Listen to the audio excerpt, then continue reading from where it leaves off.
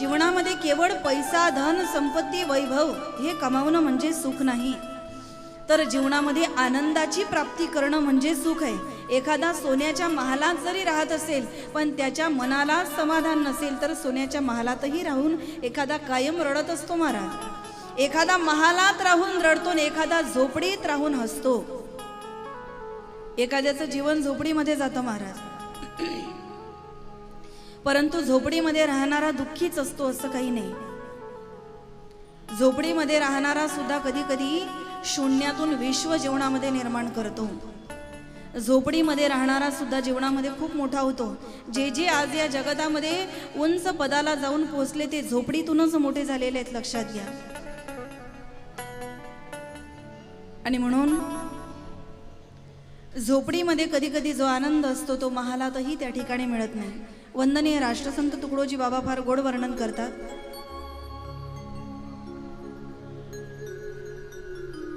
राजा सजी महाली सौख्ये कधी मिळाली, ती सर्व प्राप्त झाली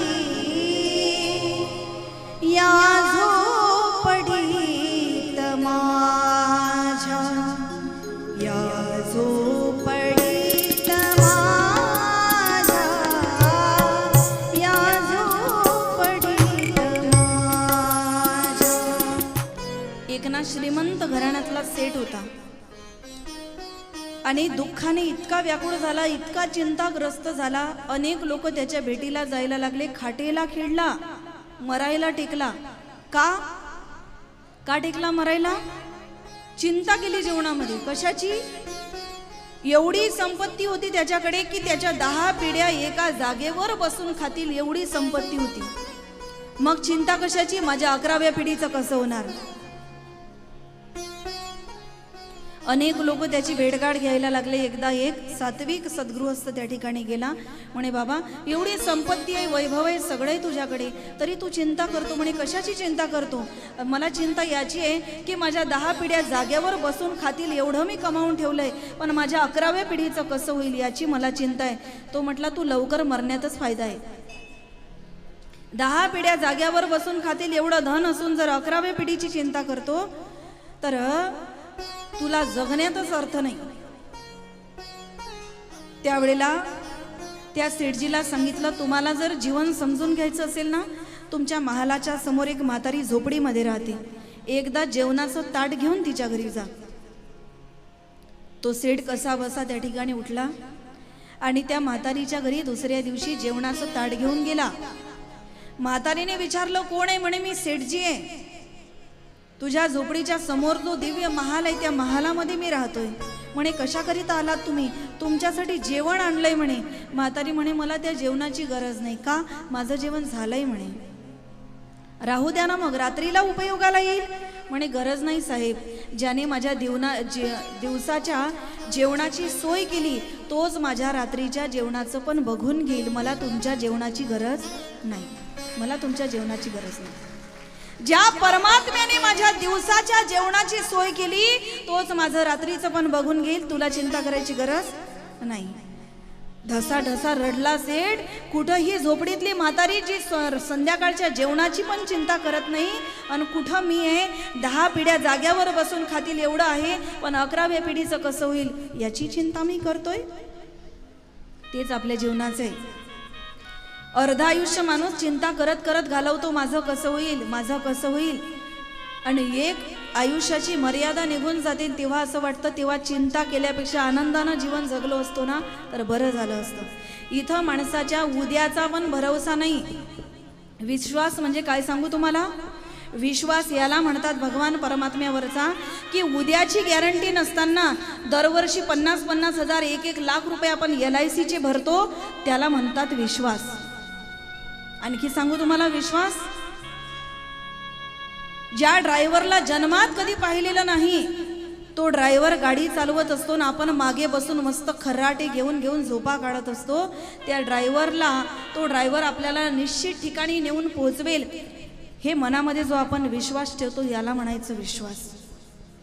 नावाडी नाव चालवतो, एवढा अथांग पाण्यामध्ये तो नाव चालवतो, पण आपल्या मनामध्ये विश्वास असतो की हा आपल्याला जागेवर नेऊन पोहोचवणार, पहिलं तीराला नेऊन पोहोचवणार. याला म्हणतात विश्वास. उद्याचा भरोसा नसताना, संध्याकाळपर्यंत आपण जगू की नाही याची गॅरंटी नसताना, रोज आपण लाखो रुपये त्या ठिकाणी फिक्स करतो, लाखो रुपयाची एफडी बनवतो, लाखो रुपये त्या ठिकाणी सोनं नाणं बनवून ठेवतो आपल्या भविष्यासाठी. भविष्यासाठी जागा घेऊन ठेवतो, घर बांधून ठेवतो. 2 मुलं असतील तर 2 मुलांची सोय आत्ताच मायबाप लावून ठेवतात. याला म्हणायचं विश्वास. आज जो विश्वास आम्हाला आमच्या जीवनाचा क्षणाचाही भरोसा नाही, कोणालाच माहिती नसतं, पण असं असताना सुद्धा आपण जीवनामध्ये आनंदाने जीवन न जगता केवळ मला पैसा कसा मिळेल, केवळ माझी संपत्ती कशी जमा होईल आणि माझ्या भविष्याचं कसं होईल, भविष्याचा विचार करून आपण वर्तमान सुद्धा आपला चुकीच्या ठिकाणी, चुकीच्या स्मरणात त्या ठिकाणी घालवतो. म्हणून उद्या काय होईल हे कोणालाच माहीत नाही. आजचा दिवस आपल्या हातात आहे ना, आजचा दिवस आनंदाने जगून घ्यायचा. हा आनंद जीवनामध्ये शाश्वत राहिला पाहिजे, हेच भगवंताला या रासलीलेमधून सांगायचं आहे. अरे बाबा, मानवाचा धर्म काय आहे? केवळ जीवनामध्ये पैसा कमावणं, संपत्ती कमावणं म्हणजे माणसाचा धर्म नाही, तर जीवनामध्ये आनंदाची प्राप्ती करणं हा मानवाचा धर्म आहे. मानव धर्माचं त्या ठिकाणी पालन केलं.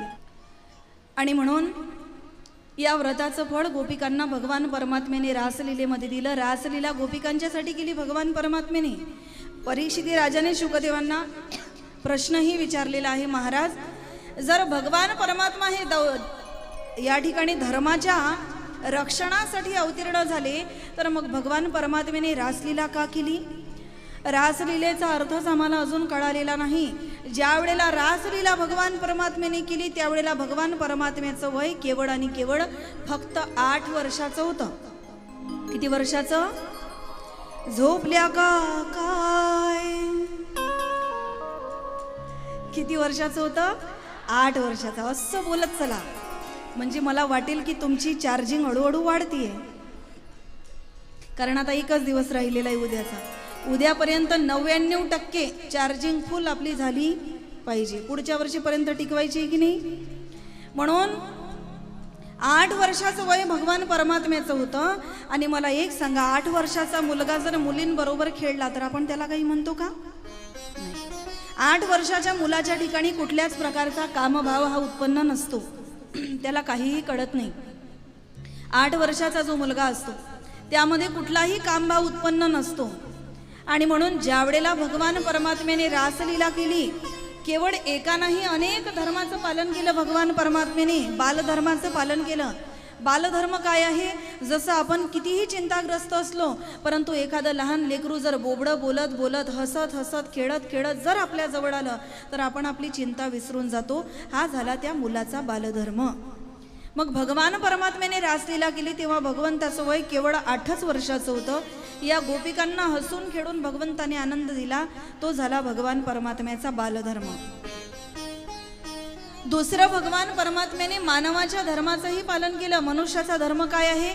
झोपेतून उठल्याबरोबर दिवसभर पैसा कमावणं हा मनुष्याचा धर्म नाही. आज माणसाने सुखच त्याच्यामध्ये स्वतःचं मानायला सुरुवात केली. मी नेहमी सांगत असते, आज पुरुषांचं सुख वेगळ्या गोष्टीत आहे, आमच्या माता भगिनींचं सुख वेगळ्या गोष्टीत आहे. मला खरंच त्यांची एवढी दया येते ना, तुम्ही त्यांना एका कोपऱ्यातच दाबून टाकलं. ते पण एवढे चिंताग्रस्त झालेले आहेत की येतात बिचारे एका कोपऱ्यात बसतात. हरकत नाही, ही पण दशा पालटेल हळूहळू. एक दिवस इथे पण मोठा सभा मंडप राहील. आणि म्हणून पुरुषांचं सुख वेगळ्या गोष्टीत आहे, आमच्या माता भगिनींचं सुख वेगळ्या गोष्टीत आहे. जसं पुरुष मंडळी सकाळी झोपेतून उठली, त्यांची संख्या कमी का आहे? कारण ते झोपेतून उठल्याबरोबर कमावायला तिकडे घराच्या बाहेर पडतात. काय म्हणतात याला? वाह, क्या बात आहे. असं केल्याबरोबर लोकांना कळतं याला काय म्हणतात? पैसा. पुरुषांना 2 कागद फार आवडतात, त्यातला पहिला कागद आहे पैसा. यांचं पैशावर फार प्रेम आहे, म्हणून यांची संख्या कमी आहे इथे. झोपेतून उठले की परिवाराच्यासाठी उदरनिर्वाह सगळं पूर्ण व्हावं म्हणून ते पैसा कमवायला जातात। मी म्हणते एवढा पैसा जीवनामध्ये कमवा, एवढा पैसा जीवनामध्ये कमवा की मरेपर्यंत आपल्या बँकेत कमीत कमी 100 कोटी तरी जमा असले। जास्त झाले का मला काही बोलायला पैसे पडत नाही। 100 कोटी तरी आपल्या बँकेत जमा असले पाहिजे। फक्त मरायच्या आधी मृत्यूपत्र तयार करा। त्या मृत्यूपत्रामध्ये लिहून ठेवायचं, बेटा एकुलता एक माझा मुलगा तू आहेस, आजच 99 कोटी तुझ्या नावावर करतोय, उरलेला 1 कोटी मी मेल्यावर 1 कोटीच्या 1-1 लाखाच्या गड्ड्या बनव अनाची माझ्या मड्याच्या भोवती ठेवशील। ठेवेल ना तुमचा मुलगा? वा, काय विश्वास आहे। तुमच्या विश्वासाची पण दाद दिली पाहिजे। अरे 1 कोटी जाऊ द्या, तुमच्या कपाळाला जो शेवटचा 1 रुपया लागेल तो पण तुमच्या मुलाच्या खिशातला नसेल, तो पण मुलाच्या खिशातला नसेल। पहिला कागद यांना आवडतो तो म्हणजे पैसा, दुसरा कागद त्याही पेक्षा जास्त आवडतो तो म्हणजे जमिनीचा 7/12। काही लोक म्हणतात महाराज या निंबापासून त्या निंबापर्यंत अवघी प्रॉपर्टी या पठ्ठ्याची आहे, ही जमीन या पठ्ठ्याची आहे। ती भूमी सुद्धा असत असते। अरे तुझा आजा पण हेच म्हणत होता,